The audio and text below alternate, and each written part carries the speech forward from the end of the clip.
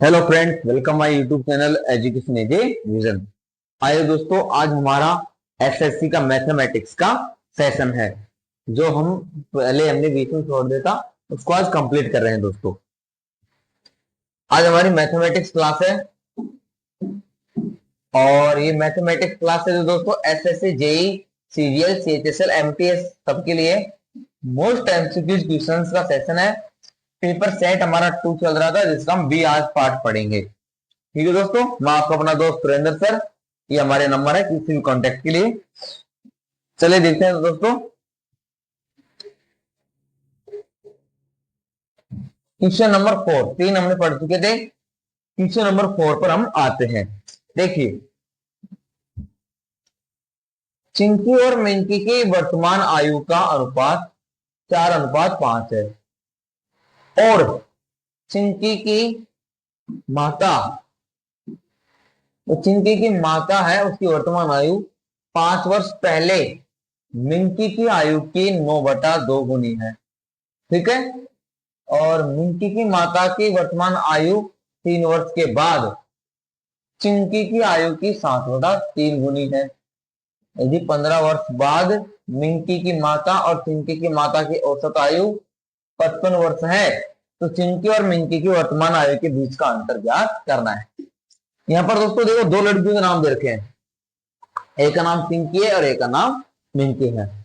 और उनकी जो आयु का एवरेज दे रखा है, उनका ये दे रखा है, चिंकी की आयु का एवरेज जो साथ लेके चल रहे हैं मिंकी की माता के साथ, और मिंकी की आयु को हम लेकर चल रहे हैं चिंकी की माता के साथ। तो चलिए स्टार्ट करते हैं क्वेश्चन को दोस्तों। देखिए, यहां पर हम चिंकी को दोस्तों सी लिखेंगे और मिंकी को दोस्तों हम एम लिखेंगे। ठीक है, एम। चलिए स्टार्ट करते हैं क्वेश्चन की। ये देखिए दोस्तों, अब इनका आयु का अनुपात दोस्तों हमको दे दिया 4:5। सी की आयु 4 और एम की आयु 5। ठीक है, चिंकी और मिंकी। तो लिख देते हैं, माना चिंकी की वर्तमान आयु 4x है।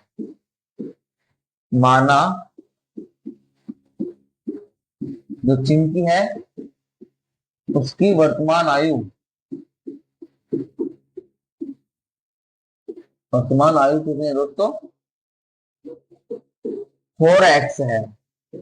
ठीक है, फिर और मिंकी की वर्तमान आयु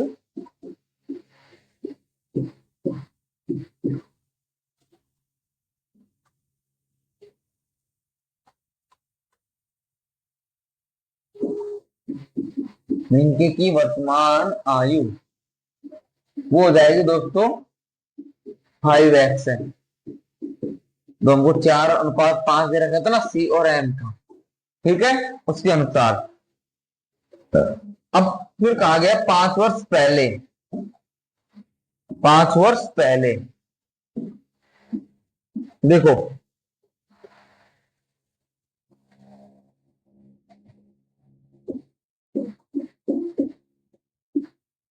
पांच वर्ष पहले किसकी आयु? मिंकी की आयु। 5 वर्ष पहले मिंकी की आयु दोस्तों, पहले के लिए माइनस, बाद के लिए प्लस, पहले के लिए माइनस, है ना। 5x माइनस का 5 हो गई, 5x माइनस का 5। फिर कह रहा है चिंकी की माता की वर्तमान आयु के 9/2 गुणा है 5 वर्ष पहले मिंकी की आयु। ये जो मिंकी की आयु है ना, ये चिंकी की माता के 9/2 गुणा है ना। तो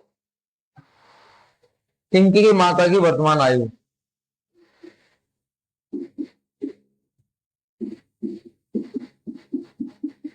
चिंकी की माता की वर्तमान आयु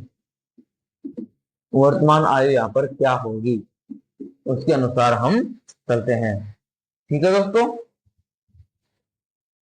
9/2 उसके 5 के गुणा के 5 है। ठीक है, वर्ष पहले मिंकी की आयु, मिंकी की क्या है, आयु है। फिर क्या देखते हैं,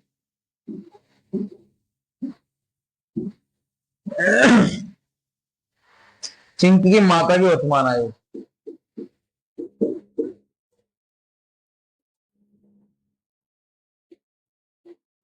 चिंकी की माता की वर्तमान आयु,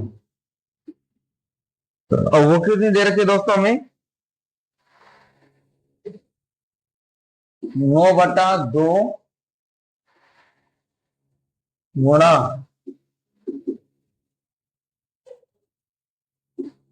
5x-5 ये हो जाएगा। तो इसमें कैलकुलेशन करने पर 9×5 = 45, x-45 बटे में 2 आ जाएगा। ये हो गया दोस्तों, ठीक है। 15 वर्ष बाद चिंकी की माता की आयु, फिर क्या किया, 15 वर्ष बाद, 15 वर्ष बाद चिंकी की माता की आयु,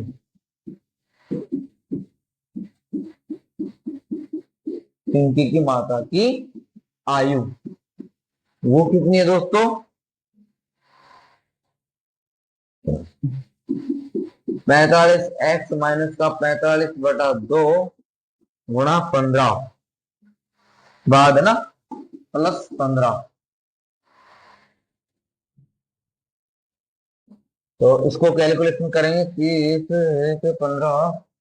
ये हो जाएगा दोस्तों हमारा 45x-15 बटा में 2, बटा में 2 हो जाएगा। अब आ गया 3 वर्ष बाद चिंकी की आयु,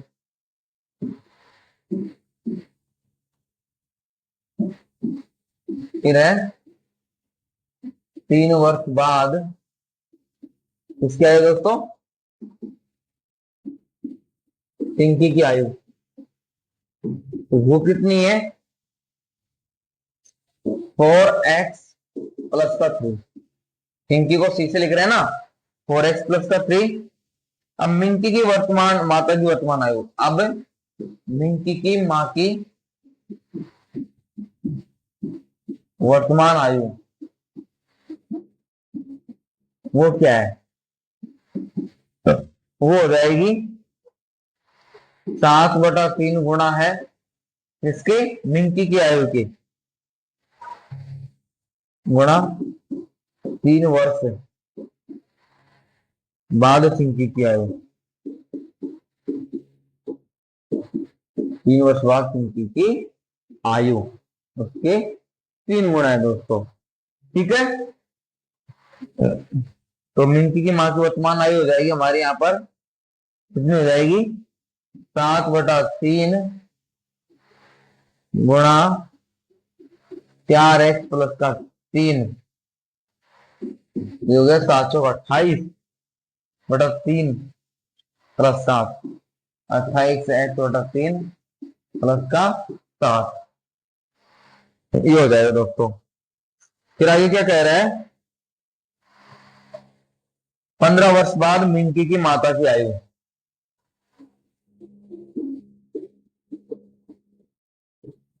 और मिंकी की माँ की आयु, 15 वर्ष बाद मिंकी की माँ की आयु क्या होगी दोस्तों, 28x/3 + 7 और +15, तो ये हो गया 28x/3 + 22 +22 और 22 को इससे गुणा करेंगे तो दोस्तों 28x/3 + 66 ये हमारा हो जाएगा। तो ये हो गया हमारा 28x + 66 बटा में 3 ये आ गया हमारा उसकी माँ की वर्तमान आयु का। ठीक है, अब 15 वर्ष बाद पिंकी और मिंकी माता की कुल आयु। अब इनकी कुल आयु ज्ञात करनी है। कुल आयु सी और एम, इनकी जो मदर है, इनकी कुल आयु हमको याद करनी है। देखो दोस्तों, एक तो आया था हमारा 45x माइनस के 15/2, ठीक है, प्लस 28x माइनस 66 प्लस 66/3। ये आ गया दोस्तों हमारा, आ गया ना।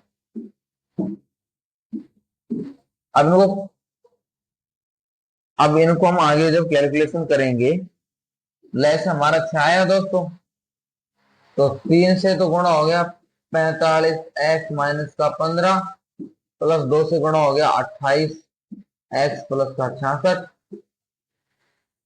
कर दो कैलकुलेशन। 135x माइनस का 45 प्लस 56x प्लस का 112/6। तो देखो 135 माइनस का 56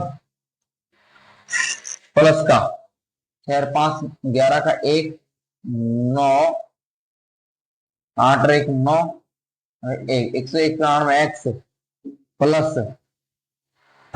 इसको हटाएंगे 55 12 67, कितना रहेगा दोस्तों? 67 87 132 है ना ये। ओहो हो 132 है दोस्तों यहाँ पर, है ना। ये हो गया हमारा 87/6, 87/6। फिर आगे देखते हैं। अभी हमारा कितना आ गया? 191x प्लस का 87/6 आ गया। ठीक है दोस्तों, अब वो पूछ रहा है 15 वर्ष बाद चिंकी की माता और मिंकी की माता की औसत आयु। ठीक है, अब इनकी जो औसत आयु है, औसत आयु क्या है दोस्तों? औसत आयु के लिए क्या फॉर्मूला लगाएंगे हम? कुल आयु का योग बटा कुल व्यक्ति। कुल आयु का योग बटा कुल व्यक्ति। ठीक है,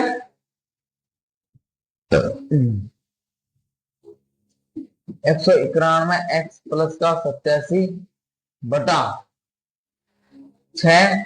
अब कुल व्यक्ति कितने हैं यहाँ पर? 2। 191x प्लस का 87/12। ठीक है दोस्तों,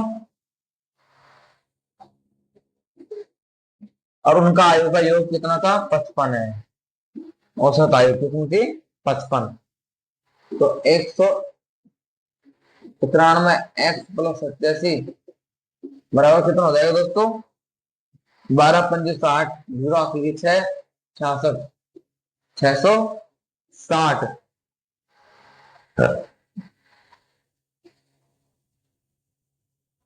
अब 191x बराबर 660 माइनस का 87।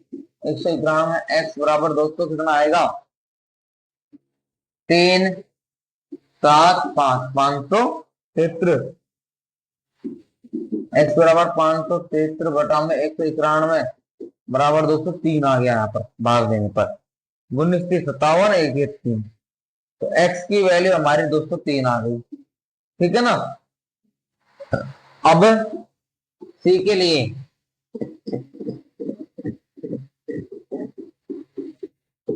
पिंकी की 12 और मिंकी की 5 गुणा 3 बराबर 15। पिंकी की 12 और मिंकी की 15। तो उनकी जो औसत है दोस्तों, उनका बीच का अंतर पूछा था ना। 15 माइनस 12 बराबर 3। 3 हमारा राइट आंसर होगा दोस्तों, 3 हमारा राइट आंसर होगा। और ये 3 पेज में जाकर के सवाल हुआ दोस्तों, ऑप्शन नंबर फर्स्ट, दसवीं की तैयारी करो। आंसर हमारा आ चुका है 3 वर्ष। कितना दोस्तों? 3 वर्ष। अब आप प्रोसेस देख सकते हो कितना बड़ा क्वेश्चन हुआ है और किस हिसाब से हुआ है। ये वो साधारण क्वेश्चन है दोस्तों, एसएससी सीजीएल का आया हुआ क्वेश्चन है। एसएससी सीजीएल में आया हुआ वो क्वेश्चन है। इसका प्रोसेस भी देखो कितना बड़ा किया हमने। ठीक है, चलिए आगे बढ़ते हैं।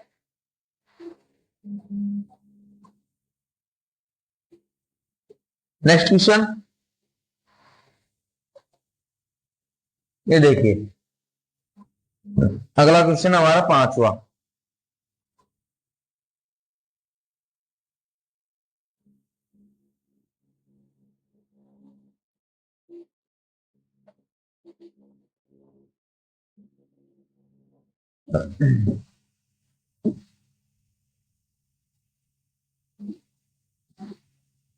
मोहन ने अपनी कुल संपत्ति अपनी पत्नी, 3 पुत्रों और 2 पुत्रियों तथा 5 नाती नातिनों में इस प्रकार वितरित की। मोहन नाम का कोई व्यक्ति है, मोहन नाम का कोई व्यक्ति है, ठीक है। उसने अपनी वाहिफ, है ना, 3 सन,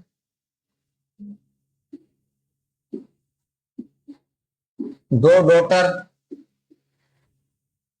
और 5 नाती नातिन, है ना, 5 नाती नातिन से लिए इस प्रकार वितरित की कि प्रत्येक नाती नातिन को प्रत्येक पुत्र का 1/8 भाग, इनका 1/8 भाग या प्रत्येक पुत्री का 1/10 भाग प्राप्त हुआ।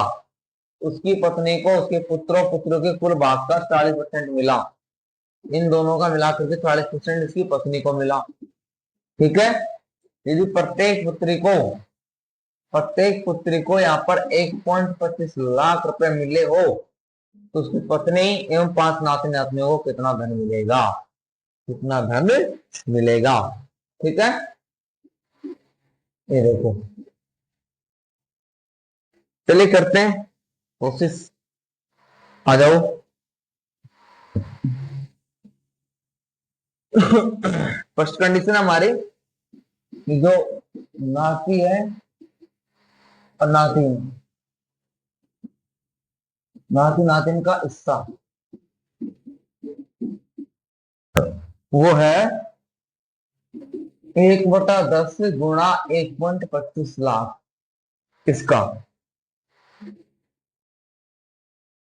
ये हो जाएगा 0.25 लाख।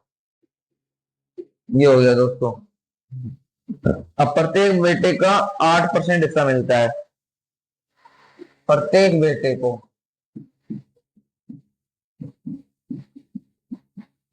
प्रत्येक बेटे को उनका 8% हिस्सा मिलता है।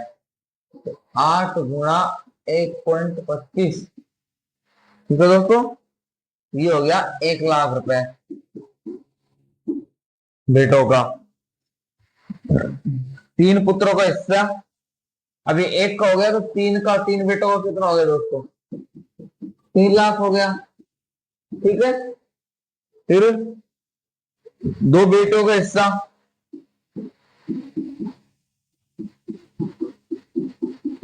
2 गुणा 1.25 तो 2.5 लाख हो गए दोस्तों, ये 2.5 लाख हो गया। अब पुत्रों पुत्रियों का कुल हिस्सा, अब पुत्र और पुत्रियों का कुल हिस्सा 3 लाख और 2.5 लाख। सन प्लस डॉटर 3 प्लस 2.5, 5.5 लाख हो गया, 5.5 लाख हो गया। ठीक है, अब पत्नी का हिस्सा, उसमें से पत्नी का हिस्सा 40% है तो 2/5, 40% को हम ये तो लिखेंगे 20×40 ना, सॉरी 20×100, 20×2 40, गुणा 5.5, ये हो गया हमारा 1.1 यानी 2.2 लाख, इसकी पत्नी का हिस्सा हो गया। ठीक है दोस्तों, अब 5 नाती नातनियों का हिस्सा, जो 5 उसके नाती नातिन है उनका हिस्सा 0.125 गुणा 5, 0.625 लाख। अब पत्नी का और नाती नातनी का, पत्नी और इनका जोड़ देंगे, 2.2 प्लस 0.625, तो ये आ गया दोस्तों 2.865 लाख, है ना। तो 2,82,000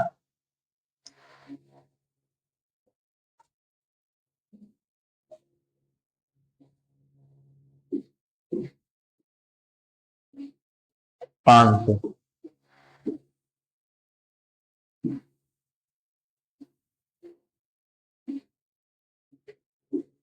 यह आंसर आ जाएगा दोस्तों हमारा 2,82,500 उनको डिस्ट्रीब्यूट किया जाएगा। ऑप्शन नंबर 3, ऑप्शन नंबर 3 हमारा राइट आंसर हो जाएगा दोस्तों। चलिए नेक्स्ट क्वेश्चन, ये देखिए,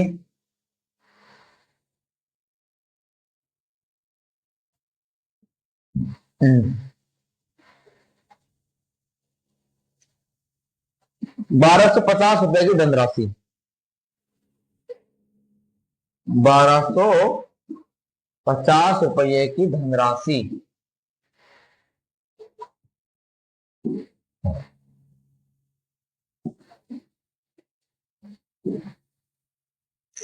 ये देखिए दोस्तों, 1,250 रुपए की धनराशि ए, बी, सी और डी के बीच वितरित की जानी है। बी और डी का कुल हिस्सा ए और सी के कुल हिस्से से 14/11 के बराबर है। डी का ए के हिस्से का आधा है, सी का ए के हिस्से का 1/2 है। ए बी सी डी का हिस्सा क्या होगा, ए बी सी डी का हिस्सा यहाँ पर क्या होगा, चलिए देखते हैं दोस्तों। अब जो इसकी जो कुल राशि है, जो कुल योग है, कुल योग कितना है दोस्तों, 1,250 रुपए, 1,250 इसका कुल योग है। अब उसने कहा कि जो बी प्लस डी उनका हिस्सा ए प्लस सी के 14/11 के बराबर है। ठीक है, और डी का जो हिस्सा है ए के हिस्से का आधा है, डी बराबर A/2 हो गया। ठीक है दोस्तों, ठीक है कि नहीं बात, डी बराबर ए हो गया, तो यहां पर सी का हिस्सा भी आ जाएगा। यानी इसमें हम रखेंगे इसको, तो हमारा सी का हिस्सा दोस्तों 1/2 आ रहा है, 1.2 आ रहा है। जो सी का हिस्सा है ए के हिस्से का 1/2 है, ये हमको दे रखा है, तो इनको तीनों का हिस्सा हमको बराबर से निकालना है। ठीक है दोस्तों, तो जो डी है, डी बराबर A/2 है हमारा, सी बराबर 12/10 ए लिख दो, 1.2 लिख दो, यानी 6.5 ए, 6/5 है। ठीक है दोस्तों, और ये दे रखा था बी प्लस डी बराबर 14/11 ए प्लस सी, ये भी हमको यहाँ पर दे रखा है। ठीक है, चलिए यहां पर बढ़ते हुए हम आगे,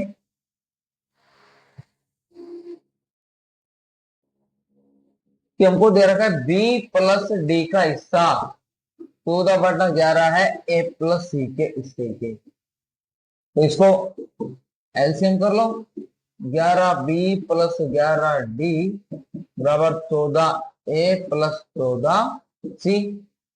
ये हो गया दोस्तों हमारा, हो गया ना।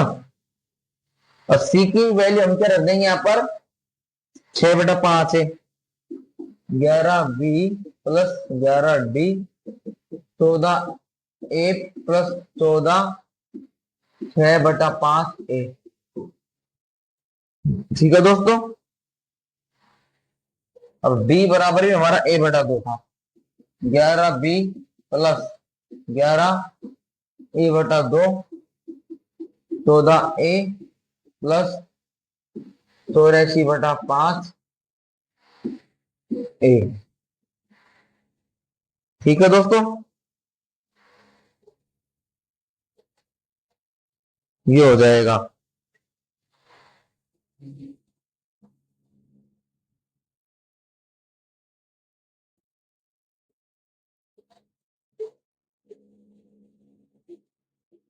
ये तो पहले से था ही है ना।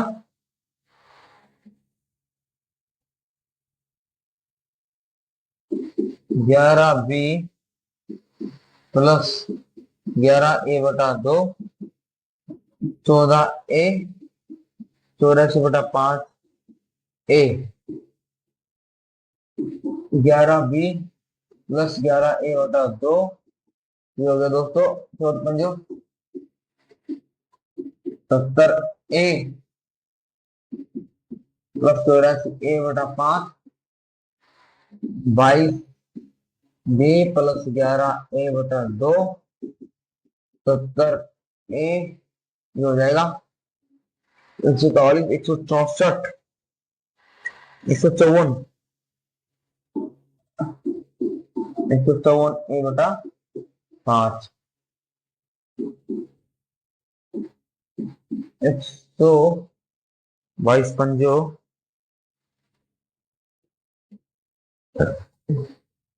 110b प्लस 55a बराबर 154, 308 ए, 110b बराबर 308 ए माइनस का 55 ए। ठीक है दोस्तों,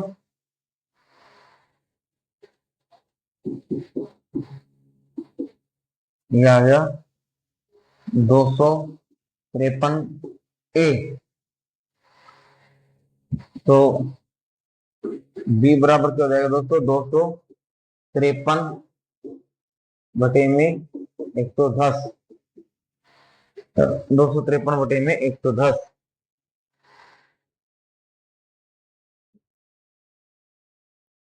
23/10। डी बराबर आ गया दोस्तों 23/10 आ गया। ठीक है, चलो आगे देखते हैं। अब एबीसीडी का कुलयोग, A plus B plus C plus D, इनका कुलयोग दे रखा है हमको 1250। ठीक है, ए प्लस 23/10, ए, सी की वैल्यू 6/5 ए, डी की वैल्यू दोस्तों a/2 बराबर 1260। 10 से 5 है 2, 10 से 5 है 2, इनका जो लैसा है तो लैसा आ जाएगा दोस्तों हमारा 20,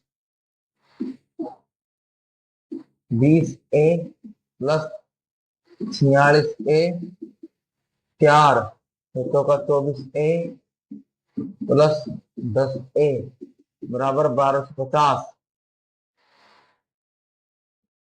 70, 80, 90, 100, तो a बराबर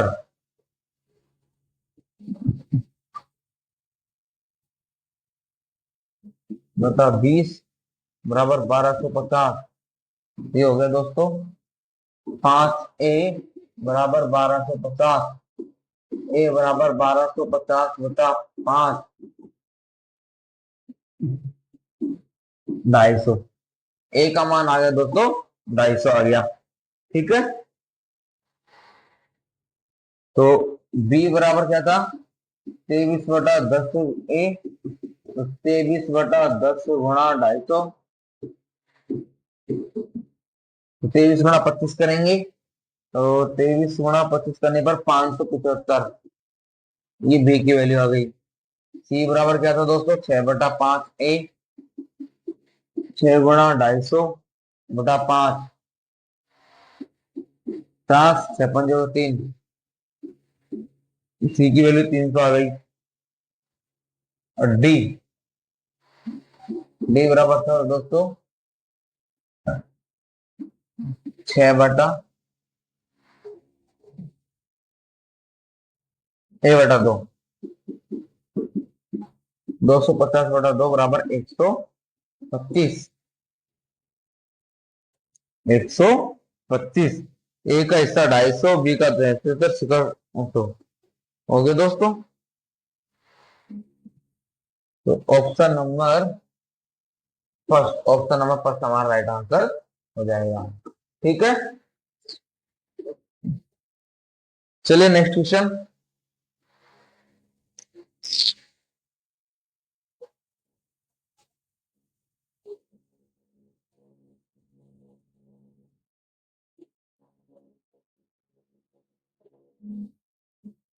देखिए,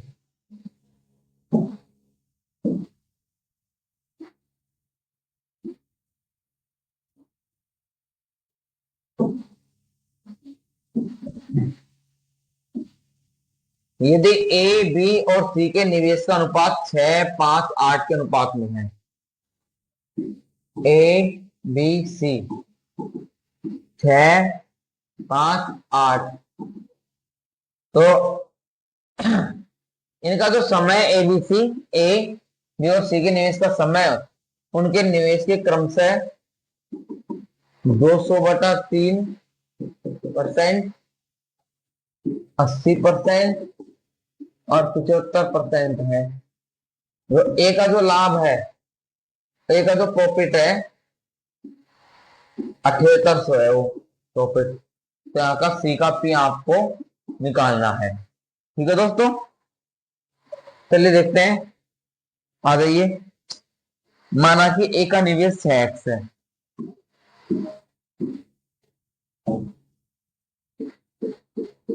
माना कि जो ए है, ए का जो निवेश है वो कितना है दोस्तों, 6x है। बी का निवेश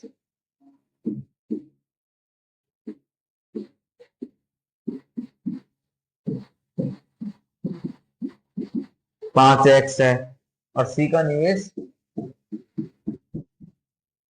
8x है। ठीक है, अब ए के निवेश का समय, ए का टाइम, ए का टाइम तो दोस्तों 6x गुणा 200/300, ये तो हो गया 4x। ठीक है, अब बी का टाइम 5x गुणा 80/100,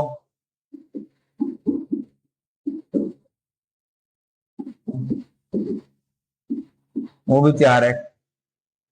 अब सी का टाइम दोस्तों 8x गुणा 75/100। ठीक है, तो ये हो गया 8x गुणा 3/4, ये हो गया 6x। कितना हो गया दोस्तों, 6x।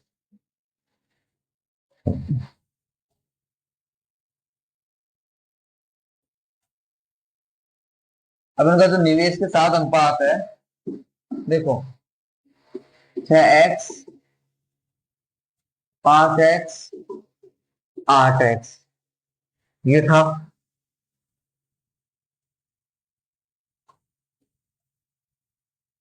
तो इसका 4x हो गया दोस्तों, इसका 4x हो गया दोस्तों, और इसका 6x हो गया अकॉर्डिंग टू टाइम। तो 24x, 20x और 48x हो गया। ठीक है, 6×4 = 24, 4×5 = 20, 12×6 = 48। ये हो गया ना। अब सी के हिस्से का, ये सी है, तो सी के हिस्से का लाभ याद करना है रुपयों में। 6/12 बराबर 7800 वाई, ये हो जाएगा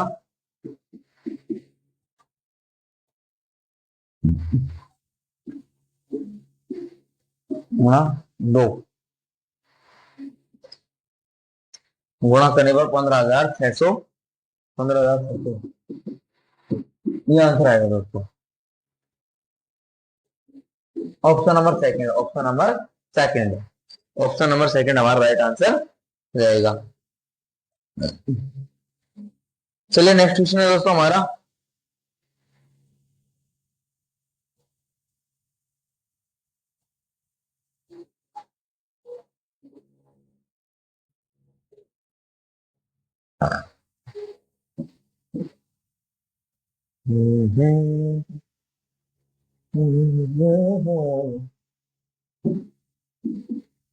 देखिए,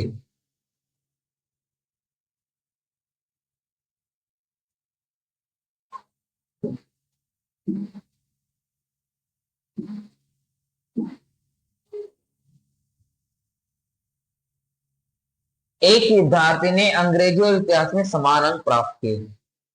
इंग्लिश और हिस्ट्री में उसने समान अंक प्राप्त किए। ये एक कोई स्टूडेंट है दोस्तों, उसने इंग्लिश और हिस्ट्री में समान अंक प्राप्त किए। इतिहास और गणित के अंकों का अनुपात, हिस्ट्री और मैथ के अंकों का अनुपात दोस्तों 3:4 है। और उसने जो 3 सब्जेक्ट हैं उनमें कुल उसने 60 अंक प्राप्त किए। इंग्लिश, हिस्ट्री और मैथ, तीनों में मिलकर उसने 60 अंक प्राप्त किए। तो प्रत्येक विषय के लिए अधिकतम अंक कितने, 100 है। और जो कुल अंक है कितने दोस्तों, 100 है। तो उसके इतिहास में कितने अंक प्राप्त किए थे। अब देखो लॉजिक है,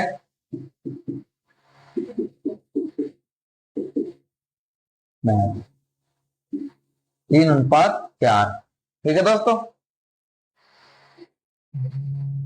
ये भी 3 हो जाएगा, कुल है 60, ठीक है। 60 अंक प्राप्त किए,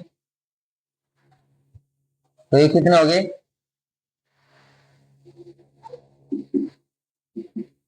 10, 6 हो गए ना। अधिकतम 100 है, तो 6 चौका 24, 6 चौका 24, और 6 किया स्ट्रीमिंग,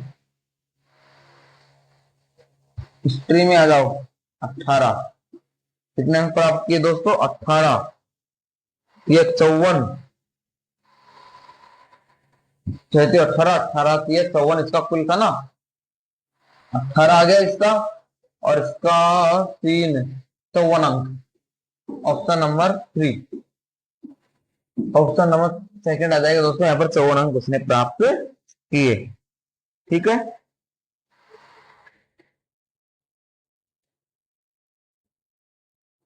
यहाँ पर आप ज्ञात कर सकते हो, जो कुल अंक थे वो 180 हो गए। उन्होंने 60%, 60% निकाला था, 60 नहीं 60% है ना, 60% था। तो 100 तो थे ही, और उनका जो 60% था दोस्तों वो 80 अंक हो गए।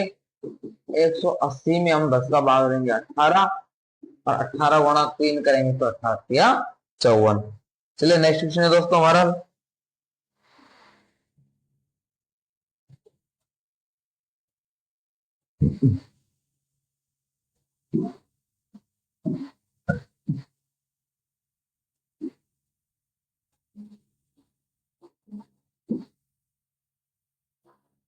देखिए 3 मित्र हैं ए बी सी, 5525 रुपए को आपस में इस प्रकार बांटते हैं कि यदि ए बी और सी द्वारा प्राप्त राशि में से क्रमशः 50, 100 और 75 रुपए निकाल दिए जाते हैं, तो उनके द्वारा प्राप्त राशि के हिस्से का 11, 18, 24 होगा। तो सी कितनी राशि प्राप्त करेगा, तो सी कितनी राशि प्राप्त करेगा। ठीक है दोस्तों। तो उनका जो हम मान लेते हैं वो एक्स है, टोटल उनका क्या है, एक्स है, और वो है हमारा 5525 रुपए। ठीक है दोस्तों। और उनका जो रेशियो दे रखा है हमको 11, 18 और 24, ए, बी और सी।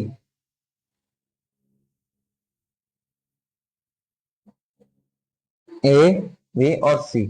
देखिए, अब ए का जो हिस्सा है 11x प्लस कितना निकाल दो उसमें 50 रुपए, बी का 18x प्लस 100, सी का 24x plus 75।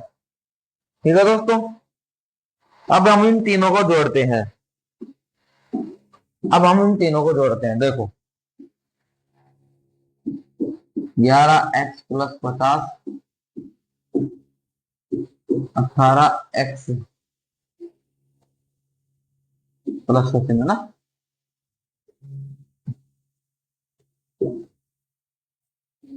18x plus 100 plus 24x plus 75 बराबर है दोस्तों हमारा 5525।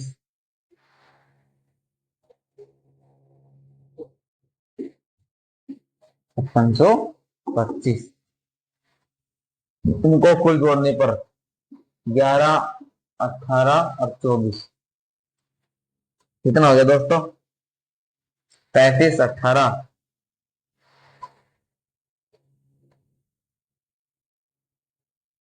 53, 53x प्लस 150 और 75, 225 बराबर 5525।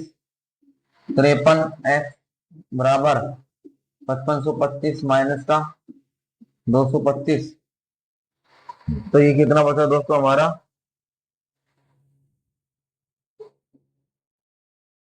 5300। ठीक है, ये देख लो, x बराबर 5300 बटा 53 बराबर 100। ठीक है, तो c कितनी राशि प्राप्त करता है, तो c कितनी राशि प्राप्त करता है 24 क्यूब। तो 24 था ना हमारा, c के लिए निकाल रहे हैं दोस्तों, 24x प्लस 75, 24 गुणा 100 plus 75, 2400 plus 75, 2475, 2475। Option number second, option number second. चलिए दोस्तों, लास्ट क्वेश्चन, इस सेशन का लास्ट क्वेश्चन देखते हैं हम।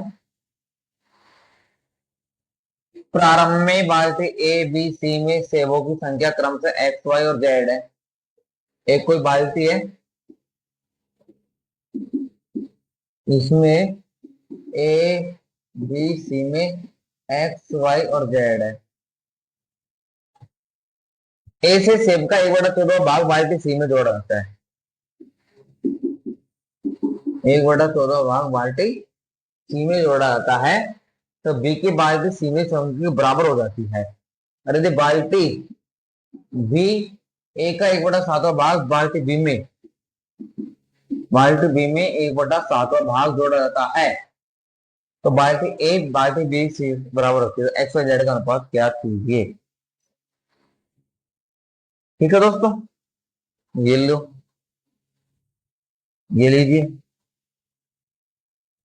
एक्स माइनस एक्स बटा 14 बराबर जेड प्लस एक्स बटा 14, 13x बटा 14 बराबर 14 जेड प्लस एक्स बटा 14। हो गया दोस्तों 13x बराबर 14z प्लस एक्स, तो 12x बराबर 14z। ठीक है, ये हो गया 6x बराबर 7z। ये हो जाएगा।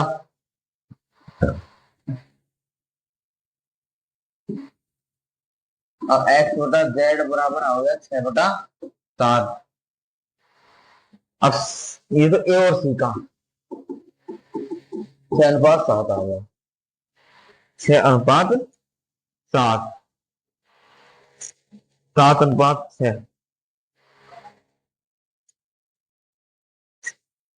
सॉरी 7:6, 7:6 आएगा। देखो a का 7 और c का 6, इसी के अनुसार कर लेते हैं। 7-6, 7-6 B, option number second, option number second, option number second हमारा राइट आंसर हो जाएगा दोस्तों। ठीक है, तो कैसा लगा ये सेशन हमें कमेंट करके बताना दोस्तों। अपने दोस्तों में शेयर कीजिए, सब्सक्राइब कीजिए चैनल को, और एक बेहतरीन तैयारी के साथ आगे बढ़िए, ताकि आप भी सीख सको, हम भी सीख सके, और हम इसी प्रकार अपने नॉलेज को आपके साथ शेयर करें। और ये जो क्वेश्चन है ये एसएससी सीजीएल के आए हुए बेहतरीन क्वेश्चन है दोस्तों, तो छोटे मोटे क्वेश्चन नहीं है। एसएससी सीजीएल के सबसे पहले एग्जामों में आए हुए बेहतरीन क्वेश्चन है, तो बहुत ही बारीकी की कंसेप्ट के साथ हमने आपको समझाए हैं और किस प्रकार से सॉल्यूशन किया है। बस इनको आप बार बार जैसे प्रैक्टिस करोगे खुद से भी, तो ऑटोमेटिक इनका शॉर्ट भी हो जाएगा और आप क्वेश्चन को अटेम्प्ट भी कर पाओगे। तो उम्मीद करता हूँ अच्छा लगा होगा वीडियो। और भी हमने इसमें दोस्तों रेलवे के सारे सेशन डाल रहे हैं, पूरी सब्जेक्टों के एसएससी के चल रहे हैं, और आने वाले एग्जाम्स के भी हम डालेंगे, है ना। तो अभी जो फिलहाल चल रहे हैं एग्जाम्स ट्रेंडिंग में, तो उनके लिए आपको कोशिश करनी है और अपने दोस्तों में शेयर कर देना। Thanks for support me and keep support me. Thanks for watching and subscribe my YouTube channel education is a vision. धन्यवाद दोस्तों।